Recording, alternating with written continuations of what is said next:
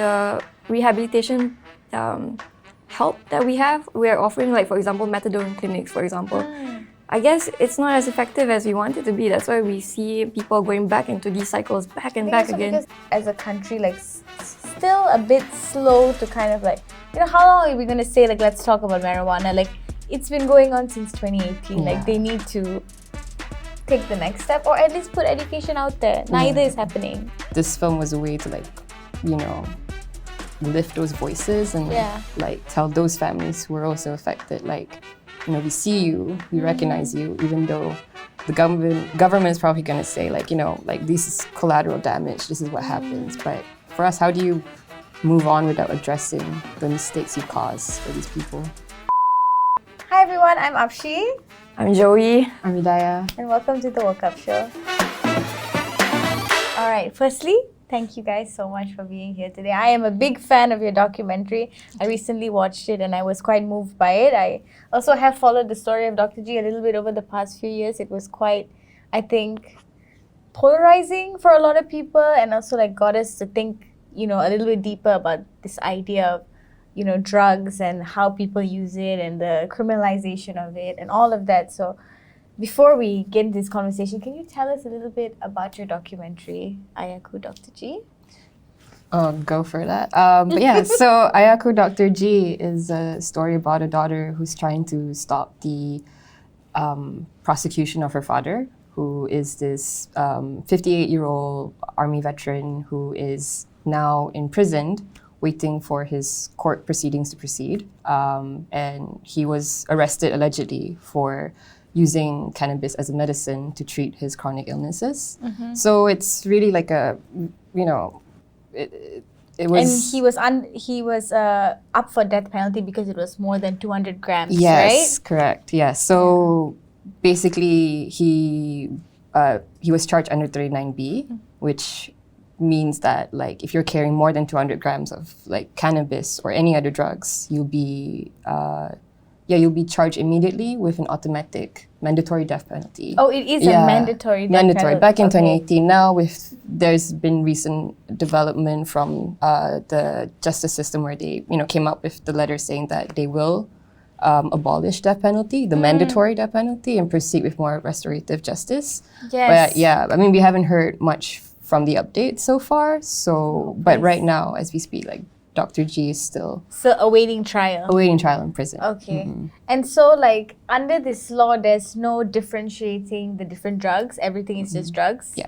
Yeah, especially, like, cannabis. There's, like, different kinds of cannabis as well. Yeah. They cannot differentiate like the hemp and marijuana, for example. So that's one of the main issues that Dr. G is facing with his case, for example. So without knowing how to group them, I guess, then you're not able to set rules that are specifically effective for the type of plant, for example, and the type of drug. Yeah. I see. So even within the same family itself is different as well. Yeah, under cannabis. That's crazy. We need a bit more information of that. So there was a team of 3 of you making the documentary, right? The 2 of you and Dom. Yes. And so did you film it during the pandemic? Yes, we did. Yeah. So how did you manage that? I think a lot. So we got the grant from Freedom Film Fest, which was in July. So it was in May. It was in May. Basically, we pitched the documentary idea and then we were able to win one of the 2 grants. So we pitched in May and then from that point onwards, I think that was about like 6 months of production. 6 months of production from filming to post-production editing. And a lot of research, a lot of research in between. So it was okay, but it was intense on the shoot itself because we're a small team, it's just the 3 of us. Yeah. So it's a small team with, and we're following Siti throughout her journey and also everything to be else. mindful that this is a very human experience you're covering as well. Yeah, it's non-fiction filmmaking, so it's very much us immersing into their world. Yeah. And I guess that's the art. I mean, that's the beauty of what we're making. Yeah, because I think you can, when you watch the documentary, you can feel for Siti, like you can hear her calls, you don't directly see her face, which I think is also great that you were able to evoke so much emotion from the documentary without actually ever seeing her face. And you can see that there was a lot of time and effort put to getting to the humanness of all of this, because I think that when it comes to crime and, you know, whatever that crime may be, there is a lot of dehumanizing that happens, and we completely forget about the families. Like, that is never even brought up.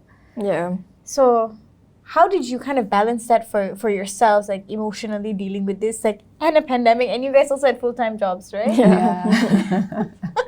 Crazy times. Yeah, that was 2020.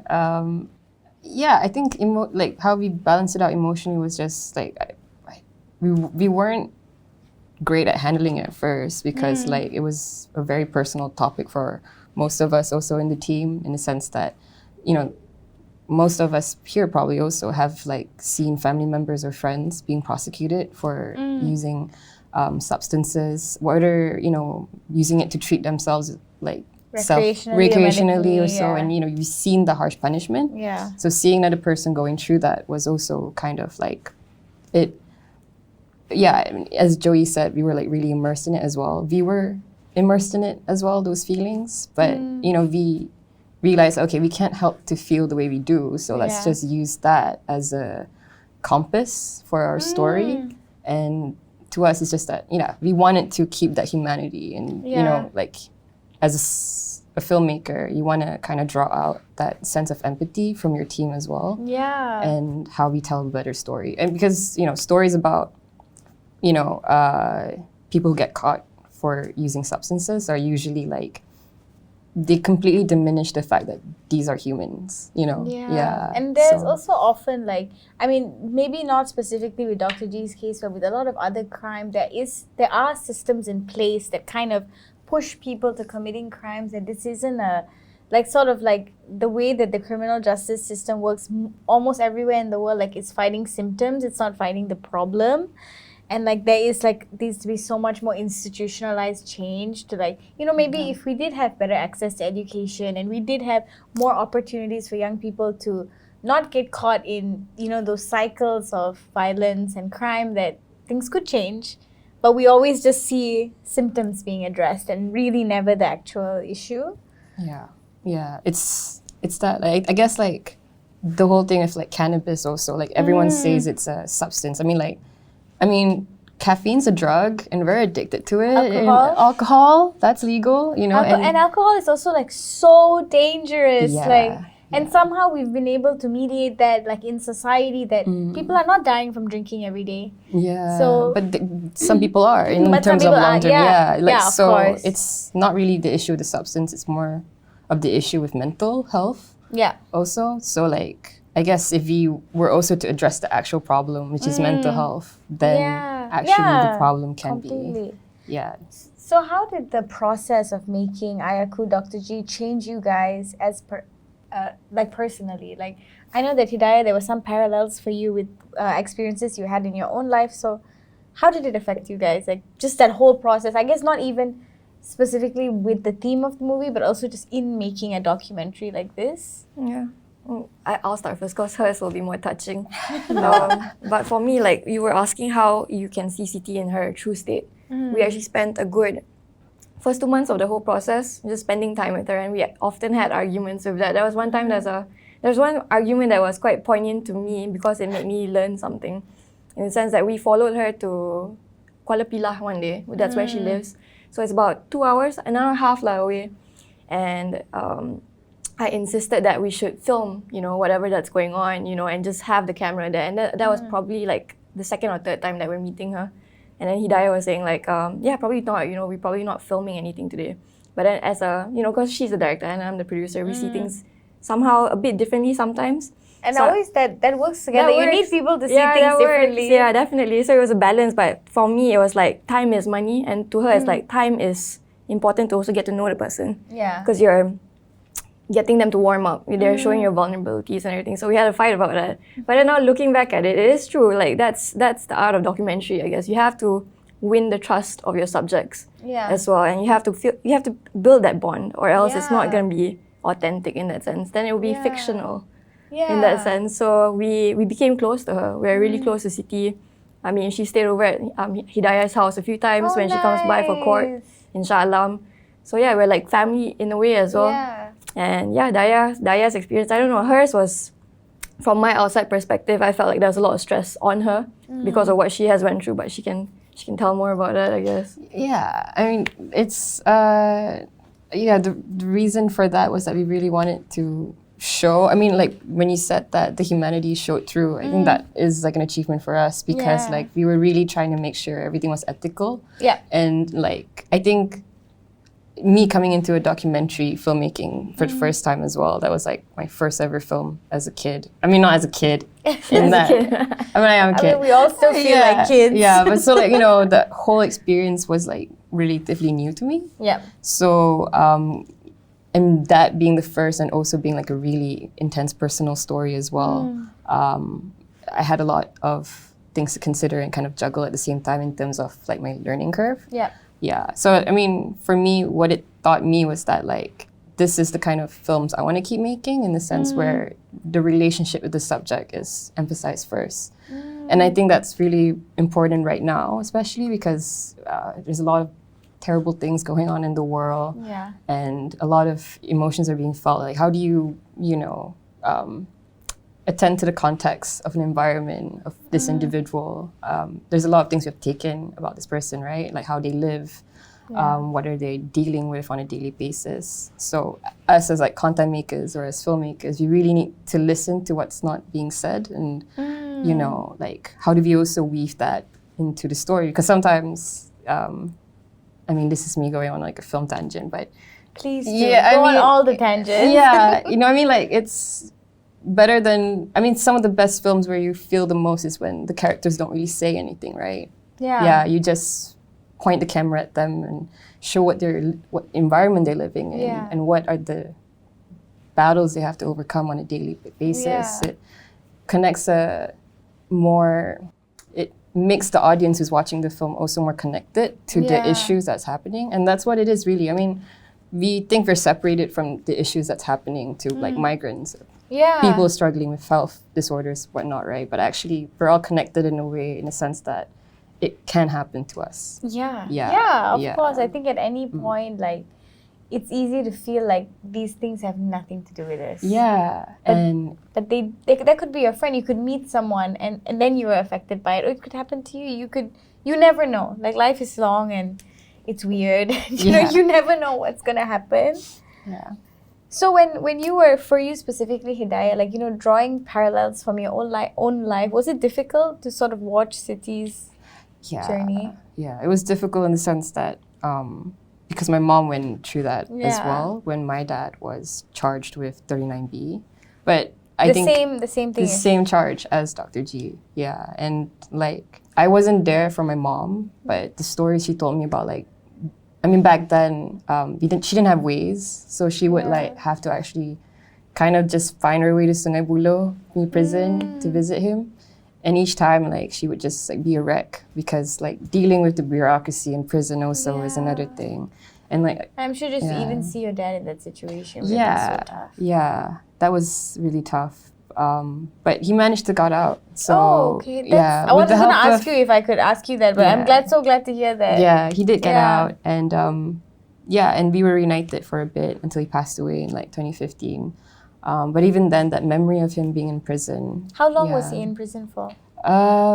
Roughly, well, he was actually in and out for a while. So when I was much younger, he was in there for like 1 year, and then he was charged again for like roughly almost 2 years. So that was the thing that was happening in my childhood because he was struggling with his dependency on substances. Yeah. So. And again, that is like, you are punishing someone for when they actually maybe instead of going to prison, he could have gone to a facility that helped him with the dependence. And, I think it's the way we police people and the way we like kind of want to enforce the rules. They also have to be effective because like I doubt that there are many people that if you get caught with whatever you get caught with and you go in, that you're going to come out and be totally clean. Like I doubt it's doubtful that will happen. I'm sure there's statistics somewhere on how that goes, but I don't know how we can't see that doesn't work. Yeah.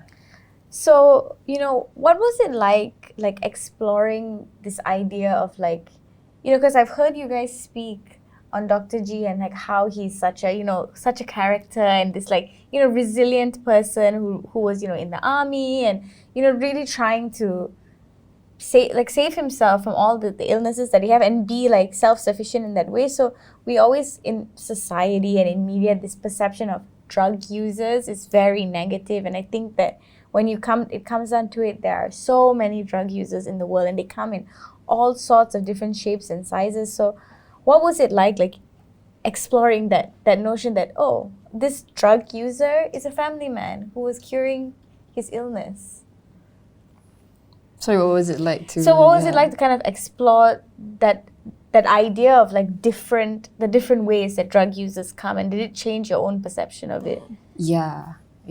For me especially, I don't know. I mean, Hidayah, she's dealt with it for a longer Yeah. period in her life, but coming into the documentary, I learned a lot more about how it's like, because it can really happen to anyone. Yeah. And I didn't even know about Hidayah's personal story until much later after we completed the film.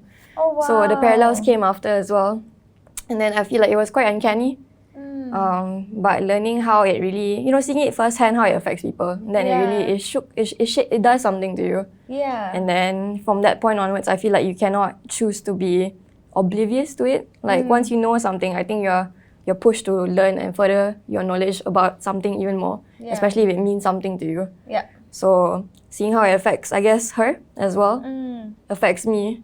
And then it makes you think like, you can't run away from this. You might as well make a policy that's more inclusive than to shut away people, like pull them, alienate them. It's easier to just make everything more inclusive for everyone, make it a safe environment, than to punish a few people. Like, what's the point in that, Why is our taxpayer punya money going into harming or creating more suffering for people who are already going through it? Yeah. So it just does not make sense with the policies that's going on in our government right now. For example, this is a good example, like rehabilitation is parked under the Ministry of Home Affairs, and that's by Hamza Zainuddin.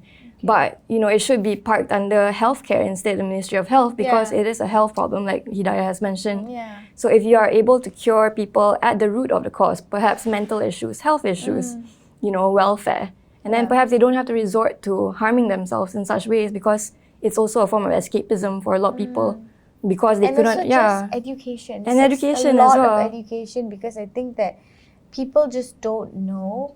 Like classifying marijuana and heroin in the same category, it's just It's wrong. Yeah. Yeah, it's like, we were flooded with dadah itu berbahaya. Yeah. How is the campaign like again? It was just cannabis itu Everything is menyagikan. drugs, everything's Yeah. bad for you. Yeah. And then you become maksiat, you kill your mom and stuff like that, Oh right? yeah. Jeez. So it's so extreme, it's fear-mongering. It's Yeah. not education, what we are pushing out to people. Yeah. And that's why people have misconceptions about what we are consuming and how we're dealing with it as well. So it comes down to education, ultimately, I would say. Yeah. So while you were creating this documentary, I think you got a real insight into the criminal justice system. Like, what did you guys come to realize from making the documentary, about the criminal justice system? Oh, it's rigged, man. I mean, there's no other way to explain it, but for us too, it was making a documentary film was also an activator for us politically. We wanted to know more about the underlying systems of how our administrations work, because at the end of the day, everyone's kind of in this feeling of being the bottom, we get treated in such a way that these are all invisible harms we don't see, but in the long term, it's gonna create more suffering for the people that's gonna come after us as well. So I think for us, when we saw that, can I curse? Yeah. Okay, okay, never mind.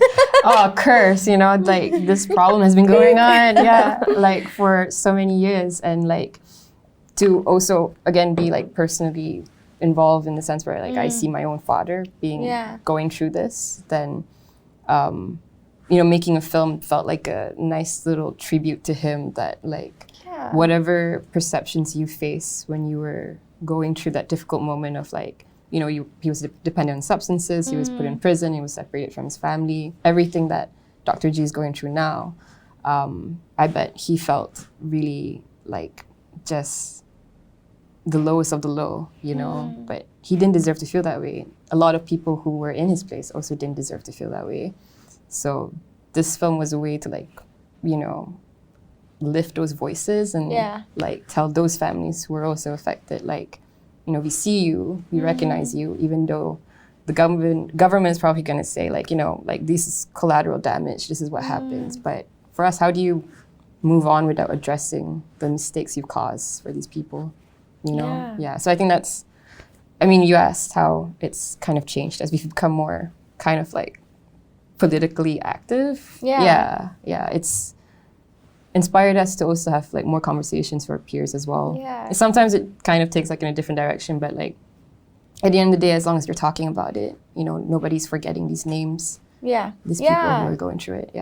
And I would I think that like there is no knowledge of what the criminal justice system is like in Malaysia. Like I had no idea, like barely any idea like what the court looks like, or like, you know, any of those things. Like you just don't see it. I think like in America there's so much media that like even TV shows like Prison Break, this, that, like for years you kind of get a sense of what it's like in there. But I think in Malaysia it's so hush hush, and it's like the people who go through the system or even get charged just in court, like they kind of become a little bit more isolated out of society. Did you find that as well? I feel like it's unfortunate because it's also the control of media that is happening in where we're at. So being censored, for example, or being persecuted for being in media, for example, you know, we got, you know, into a few brisk moments with police while doing our work as well. And it's even more so, you know, looking as women, you know, in the field, even more so, they will feel like they want to kacau you. So I guess you just have to deal with it, you know, the best way you can, adapt.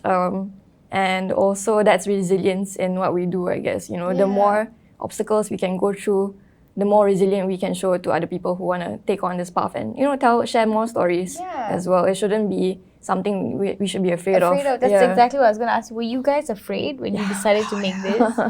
We were afraid, but we were like also in our early 20s. We were like, that's right. You were a little bit more radical when you were really younger. Life hasn't bogged us down so much. And I guess like we also recognize we came from a place of privilege where we can tell stories for other people. Other like you know, these characters from these groups, you know, being a minority, they don't have that access to properly channel what they're actually going through. You know, so. And also the way you guys can tell the story versus, you know, someone who all they had was like a TikTok or Instagram, like to see it in the way that you've put it out, you can actually see everything. And if you didn't have that skill, I guess, as like a, you know, to know how to tell the story in an effective way, it wouldn't have come across. So that was kind of amazing that you guys did that. It's quite badass, I have to say. It's a team effort. Did you guys get a lot of pushback when you were making this documentary? Actually, in contrary, we got quite a lot of support. We do have brisk moments with people who are, you know, not a fan or they want to like debate and stuff. But for the most part, we really debate you. I mean, then they expose themselves and then they kena, you know, cyberbully. Then not our fault, like, you know. What can we do? You know, but a lot of people were supportive all the way to the US, Indonesia, even, you know, peers in our age groups as well, all kinds of people. So it was really heartening. You know, it was great to see people, you know, sharing and being vocal about it because they feel like they can now that we spoke about it, you know. So the support was like kind of building its own momentum. We saw a lot of people posting and sharing about it. So that's all we ever wanted. We wanted the story to get out. And then, you know, and from there we got some monetary help for Dr. G, you know, through our campaign. So overall it was really optimistic, I would say. I think we used our privilege as, you know, middle class Malay Chinese girl in a city to do what we can, and then the rest was also everyone else involved in the conversation.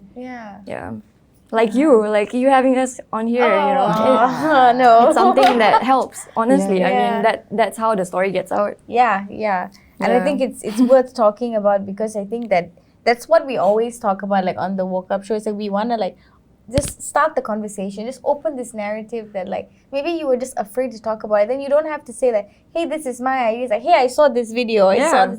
And then you can kind of slowly test the waters as to how it's going to go down. Exactly. But what about your parents? Were they like, or your mom and your parents, like how did they take it? I mean, I can't speak much for my mom because like bringing up past memories also is like really painful for her. And yeah, I think I can speak for my sister. She was super elated. Yeah. Yeah, she was like, I think to hear the story about our dad, you know, being kind of, well, Dr. G's story being the vehicle of like what my dad and others went through, it was to her like, because our dad passed away as well. So to her, it's like seeing him being almost brought back to life in a way was really great. And I think that was great for me to see like my filmmaking being able to also help my family also come to terms with like their own past. Yeah. So that was the question, right? Yeah. Just like, how did your family like take it? Like, were they supportive? My parents, they don't quite know what I do for a living for the most part, right? So until the documentary came out finally, I think they finally understood it a little bit. They're like, oh, okay, this is really cool. He shouldn't be in prison. So to hear that from my conservative parents, you know, like, he shouldn't be in prison. He's an old man. You know, I feel like we did our job in that sense because it's a family story. You know, we want to not promote cannabis to young people. We want to see this guy get out of prison. So to hear that from my mom, it was quite surreal. And then my dad, he doesn't say much, but I think he's proud. I think he's proud of what I've done, of what we've done. And more than anything, I feel like it's a homage to Daya's story and family as well. So yeah, after that, I feel like we're kind of inseparable. After the film, the main takeaway for me is like we've been quite inseparable after that. So I appreciate that. It brought us closer, definitely, through this process. Yeah, so now we cannot get rid of each other anymore. In too deep at this point. Yeah, and I guess like how we work as well, based on what we've built from like making the film, we really gel well together in the sense like we know how we want to treat a story. And yeah, that always helps when you've been through a difficult time together. Yeah, because I would think there needs to be a lot of trust built between the two of you as well, not just your subject.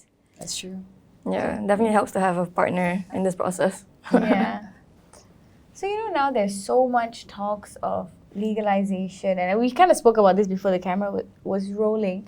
Like, do you think that, I guess this is more of a personal opinion, do you think that is the like next step for our country? Or we spoke a bit about decriminalization. Maybe you can talk a little bit about that as well. Yeah, I mean, like the end goal is always going to be legalization in the sense where, you know, cannabis as a medicine is available to all patients. Yeah, and I don't think anybody in Malaysia, even like young people and all that, are like looking for recreational legalization. I think everybody's just looking for medicinal. Yeah, like to treat, you know, anxiety, panic, and all of that. Yeah. But before we can get to legalization, I think the first step is to kind of go through decriminalization. And that's pretty much to decriminalize all criminal activities related to cannabis.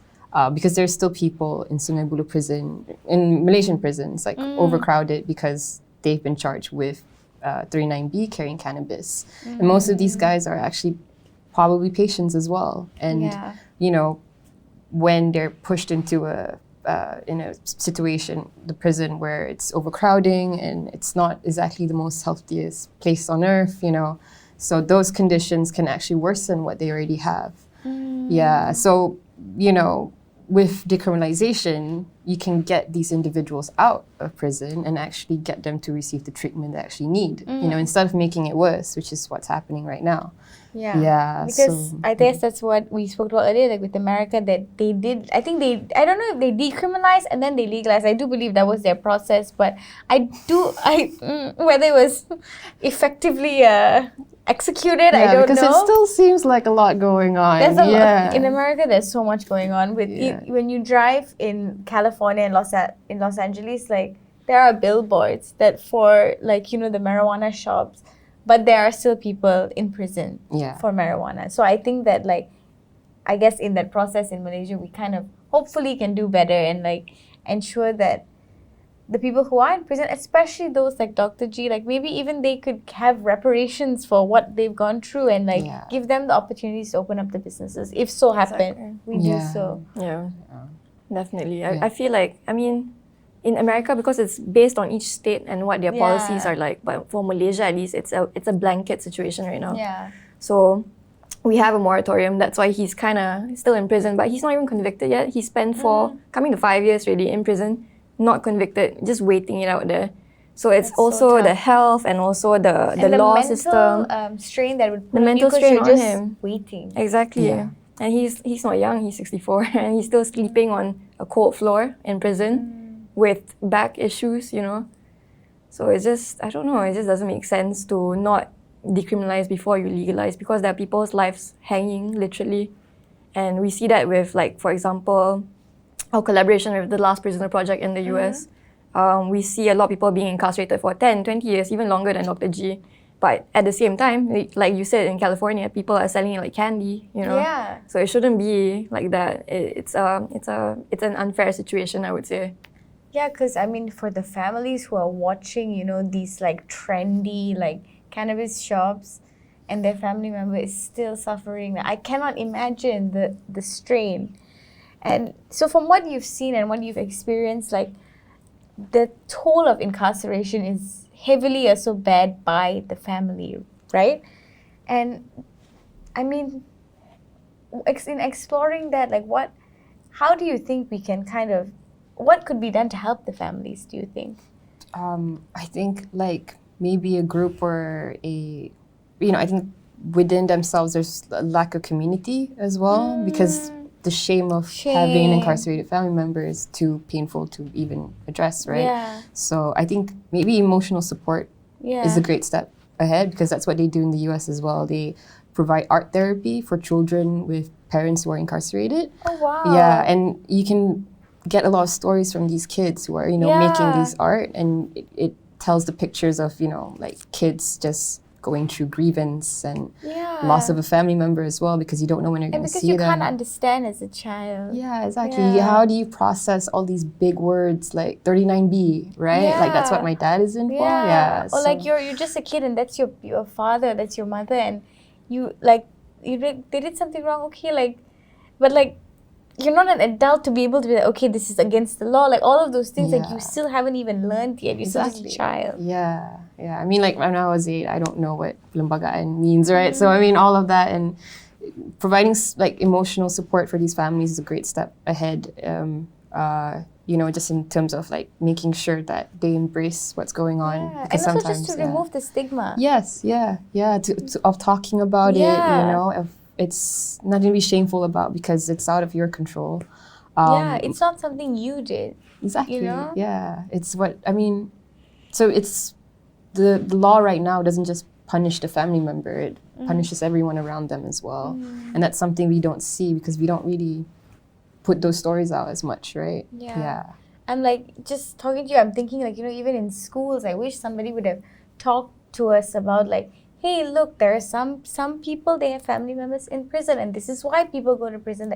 And that doesn't necessarily mean they're a horrible person, it means they made a mistake. Yeah. Like, I think that I don't even know how I came to have this knowledge. Maybe it was when I was in college. Like, as a kid, I just never knew. I didn't even think that people's parents went to prison. Like, those thoughts never even crossed my mind, and those conversations need to be started at a much younger age. Yeah. Dada. Itu bahaya. Yeah, atau dada itu like what's enemy? Musuh. Yeah, that's what you see on like the I've seen that. Yeah.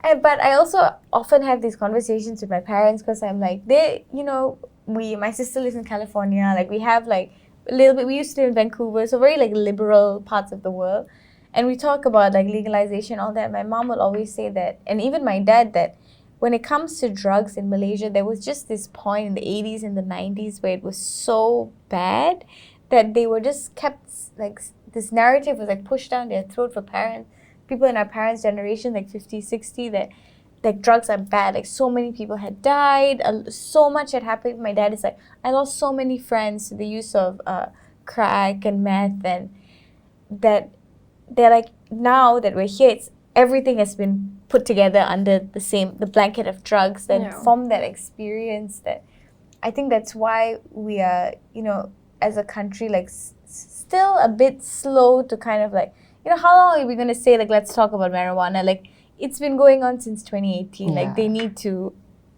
take the next step, or at least put education out there. Neither is happening. Yeah, I mean, so that's something also I recently found out about, like why it's so slow in Malaysia, like the development of legalization, decriminalization of like cannabis.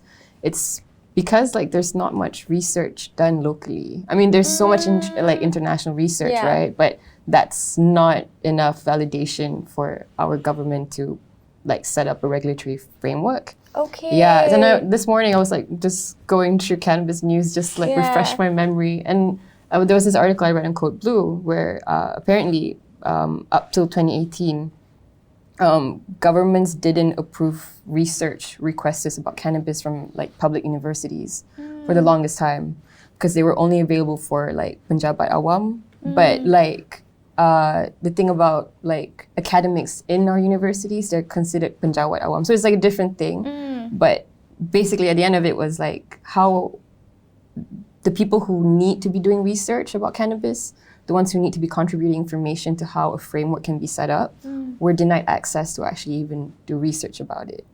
So it's relatively new where research about cannabis is done locally here. I think most recently, there was a research in UPM where they used cannabis on rats with dementia and Alzheimer's, and they saw some like improvements in the rat subjects as well. So that's an area where cannabis is actually being used in a really positive light. Yeah. So it's a long game that we gotta wait for. We gotta wait. Yeah, but I mean, in the meantime, we can still keep talking about it. We need to, and I wish that is also something that would come from the top down into the public school system and across the board, like educate on the different drugs. What do they mean? What did they do? Where are they coming from? All of that, and not just end the conversation even with our own parents. Like my parents always, don't do drugs. I'm like, I didn't even know that there were different drugs. I thought it was just one drugs. Like, everyone's just lumped into one category. So it's like even if it's going to take time with the research and all that, I do still feel like we need to kind of like talk about it more at least. I mean, it's nice to see like Syed Sadiq and Khairi like speak about it, which I think is like honestly like leaps and for Malaysia. Yeah, it's like a huge step. So it's like one day it's like a really slow progress, and it just gets like a upbeat. It's like because of individuals like Syed Sadiq, you know. Yeah, and I think also for these figures, public figures, especially to come forward and talk about it, I think at the end of the day, it's how you talk about cannabis is the most important thing. Because in a lot of ways, like cannabis is still a very polarizing topic in Malaysia. Hugely so like the reason why V went on that emotional route in our story was because that was the uniting factor. Everyone could like look at cannabis, right? That the laws are too strict for this substance to be, implemented. So the laws are very strict. Very strict. And I mean, but even in America, they had all the different classes of drugs, and marijuana was still up there with heroin, if I'm not wrong, for the longest time. So I mean, it doesn't like we're not that far from them, just like 10, 15 years ago. Yeah, I mean, alcohol went through a prohibition period, right? True. But I guess it. Maybe we'll skip a generation to see. No need lah to prohibition alcohol. We only have one thing now. That's true. Yeah.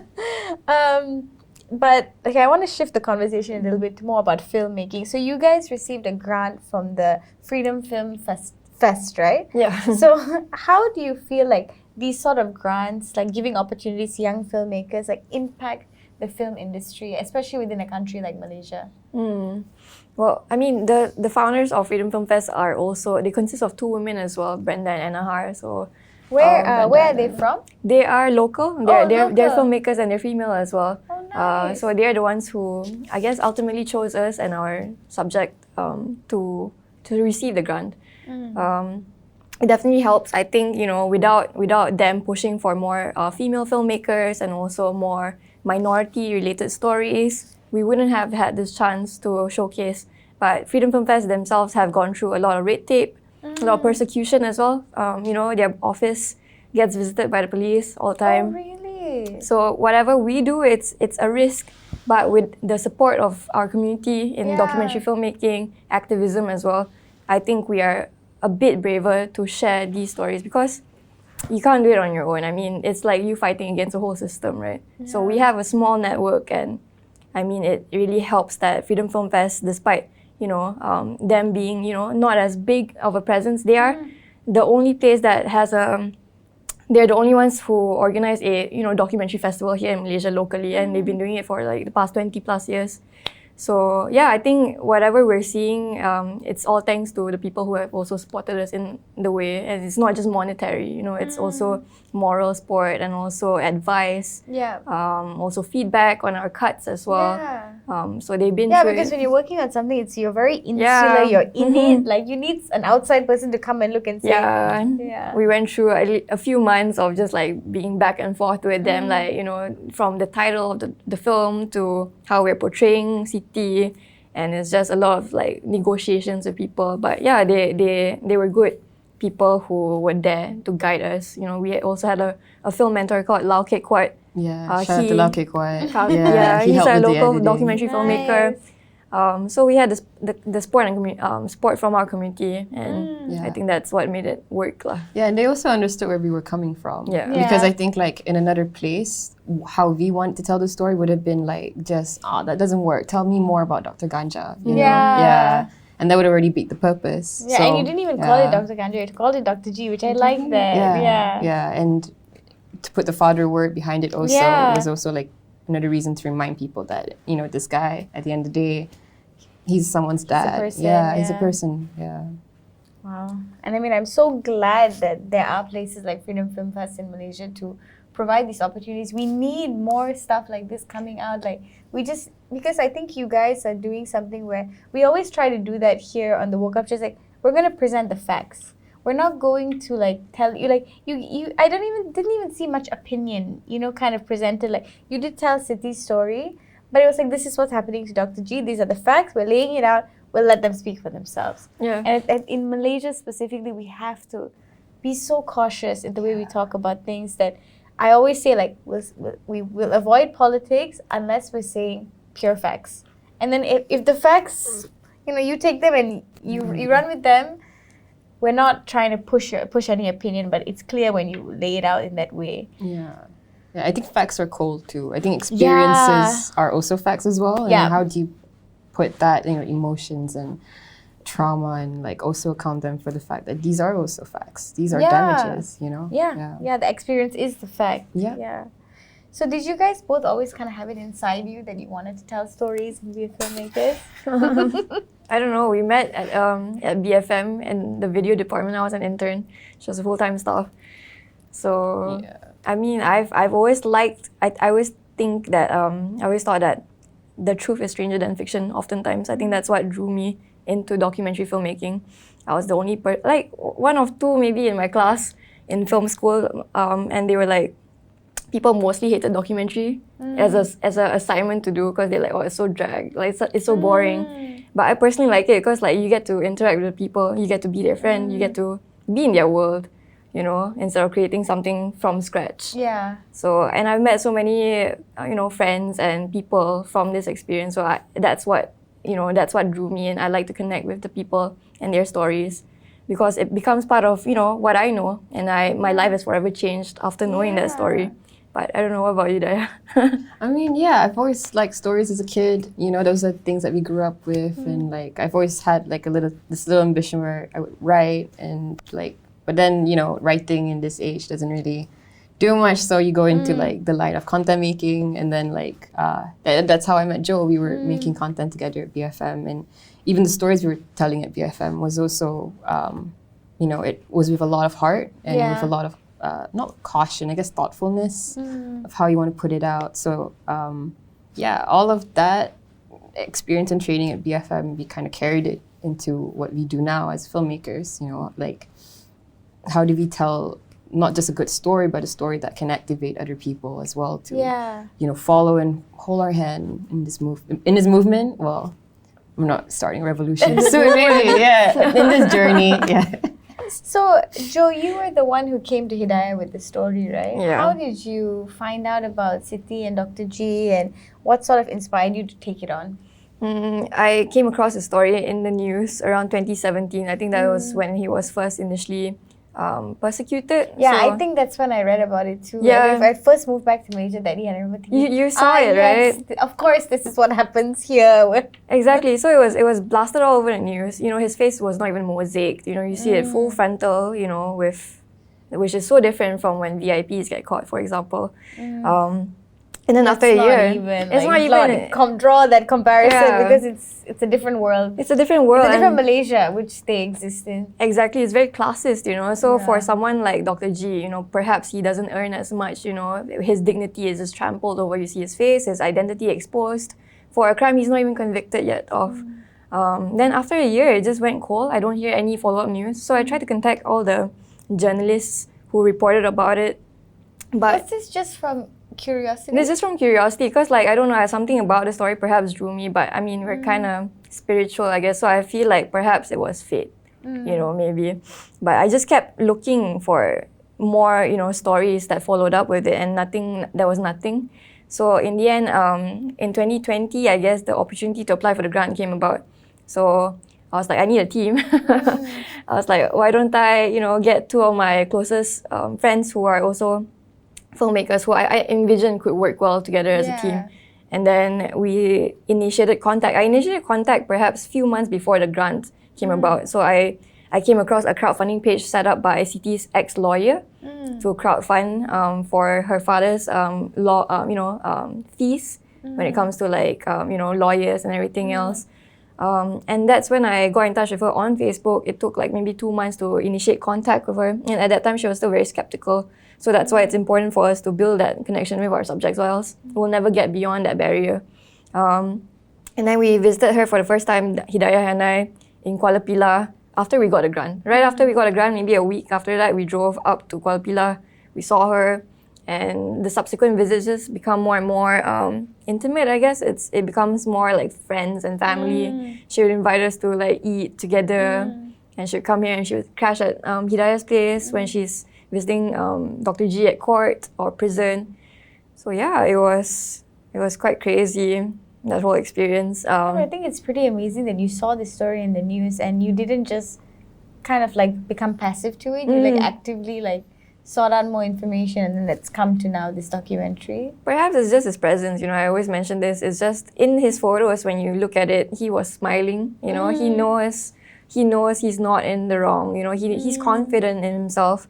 And I was just like, yeah, I think like, you know, I think that drew me in, because obviously someone of his stature, he was an army. He was in the army for a while, and his records were clean before this, completely clean. So, you know, I was curious as to why he's in that situation. You know, why is he being publicly humiliated on the press just like that? Yeah, that's true. Which is ridiculous. Like, you know, our media ethics are terrible here, but that's also one thing. But yeah, I think he himself drew me in with his presence, you know, somehow. And here we are. Yeah, that's amazing. So when people watch this documentary, what do you want them to take away from it? Man, just like be kinder to the people who are going through this, you know, in the sense that like, we still carry so much shame and indifference towards these group of people. And this group of people meaning people, the population, the prison population, right? Yeah. Because for them to even re-enter society is a difficult process, to find jobs, to get credibility again. They're shunned away, and I think that leads them back into another cycle of poverty, and then also imprisonment, right? For us, like, we started with this film thinking that it was about cannabis, but it is still largely about cannabis, but at the same time, there's all these intersections cannabis in our country touches, which is health, the prison, our legal system, so on and so forth, and also, you know, looking at the livelihood and socioeconomic impact. It's really created this cycle of poverty and pain amongst, everyday people that we don't see, that we don't talk about. Yeah. People that like become quite invisible. Yeah. And, you know, Siti, I think she's also an amazing character. Especially someone like Siti. In this whole story, I think apart from you guys, like, you barely hear about Siti and what she's going through and how this has affected her life. Yeah. So that's why we wanted to put out, like, people like Siti are, you know, they exist, and they're either your friend or your family member. Yeah. You know, and help these people, and like maybe, I think that's what the takeaway is, just to be a kinder society. Yeah. And to address this issue as a health issue. Yeah. And also as like a socioeconomic issue as well. Yeah. Yeah, I mean, like they always say it takes a village to raise a kid and stuff, right? But I think it takes a community to also rehabilitate people who have been, people who use drugs, for example, because the rehabilitation help that we're offering, like for example, methadone clinics, for example. I guess it's not as effective as we want it to be. That's why we see people going back into these cycles back and back again. Because they're afraid to even go there. Probably Exactly, and perhaps we don't know what actually goes on in there. There's a lot of cases of police brutality and etc. So how can we trust them, to take care of us when we don't even dare to approach, for example, AADK or the police when things happen, because we imagine the worst that would come out of it. People would have to feel safe and they would have to trust these authorities before we can even see change. So, if people clean up their act, perhaps, and they're more concerning, they're more kind. It's a group. It's a communal effort. It's not just on the person who went through it themselves. It's also everyone around us. Yeah. And we just need a bit more empathy generally across the board. Definitely. Yeah. I think it's totally lost in our justice system. Very much There's so. not a drop of it available. And it's extremely classist. So Yeah, I mean, it's all about money, isn't it? if you have money, you can defeat the law, right? In laws cases here. So if you don't have that's probably not included. Oh, really? I'm so sorry to cut you off. No, it's okay. But yeah, it's true. Like, if you don't have money, does that mean you're not valuable to society? So is it just because, you have money, you can get with everything? I don't think that's fair, Yeah, and I think that, I mean, like with the whole political agenda, it's like a lot of it is spoken like they are speaking to the B40 community, but when it comes down to it, do they serve the people who need it? Because I think that, this is going into politics now, but like when we talk about our leaders, a lot of people can say, oh, when we were under Najib back in those days, that, oh, none of us were really affected. Like, he stole all this money was stolen, but we were all fine. But if you go down and look at the people, like I work with NGOs and I've seen a lot of these orphanages, and I am always distraught after I leave because I will ask them, how do you fund your operation? By the grace of God is the answer 90% of the time. Does the government give you money? No. Have you reached out? Yes, they say no money. We said we needed a van to take the kids to school. I wrote to the government. They said no money. And so yes, maybe the M40, like they're not affected, but the people in that position, they are affected. That is exactly where it comes from, because they have no voice. Yet when it comes to politics, all we do is speak to that community. So for me, it's just so hard to kind of stomach it all, because it's as you said, this country doesn't value, or most countries, most people in the world, they don't value people who are who have lower socioeconomic status. Definitely. And I think that's also that's where ethics come in with our filmmaking as well. Because, it's not a M40, B40 issue. It's not a group-specific issue. Yeah. It's something that affects everyone. Yeah. So, you can try to choose to be oblivious, but it'll catch up eventually, hopefully, if you would like to be a woke person, but, you just can't ignore people and their issues just because it doesn't sit well with you or it makes you uncomfortable. No, because it's so uncomfortable to face it, because when I walk out of the orphanage and I sit in my car, I'm like, if I wasn't here, I could completely agree that, politics doesn't matter, our lives are not going to be unaffected anyway. It does. It affects all levels of society, and that's what people should realize a little bit more, that these policies affect everyone. Yeah.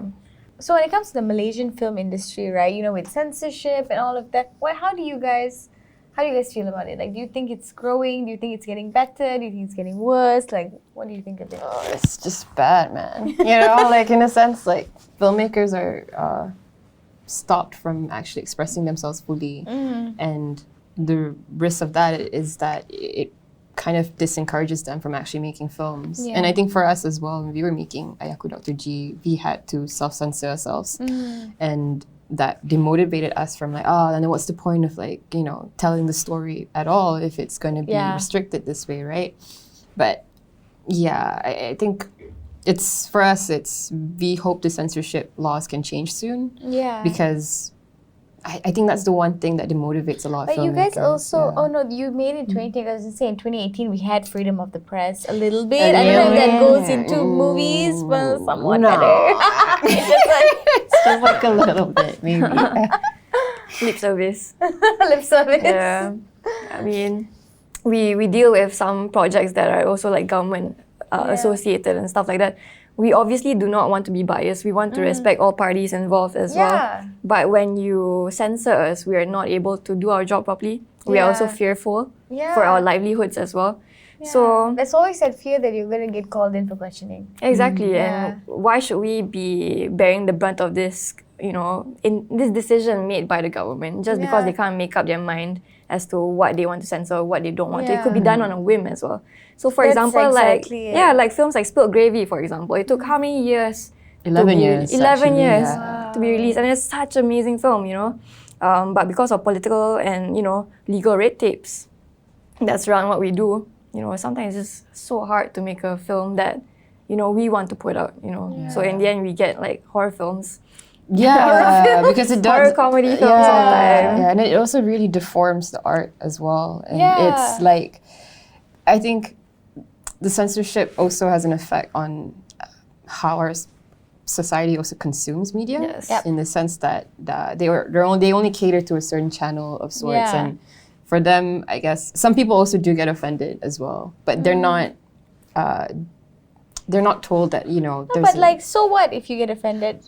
That's a feeling, right? Yeah, and like also like, how do you just because one person is offended, nobody else gets to watch it? Yeah, like maybe get into a conversation with us, and like talk about why this upsets you. Maybe it's underlying a certain issue you're actually going through, And I think, censorship also like dampens communication conversations as well. And I think it all trickles down to how we even speak. And, and shows like this is important because it, not that it's fighting against censorship, but it's working around it. That's always what my parents would say to me, like, in this fight for, liberalism and openness, like, fight smart. Yes. We have to. We have to. Because I guess... For us, like in Malaysia, we are not a Western country. Like, we cannot protest in the street and go up to police. Like, when I was in New York, I went for this Black Lives Matter protest, and the cop is standing like where this camera is right in front of us, and they're like, how do you spell racist NYPD? And they're saying it right to them.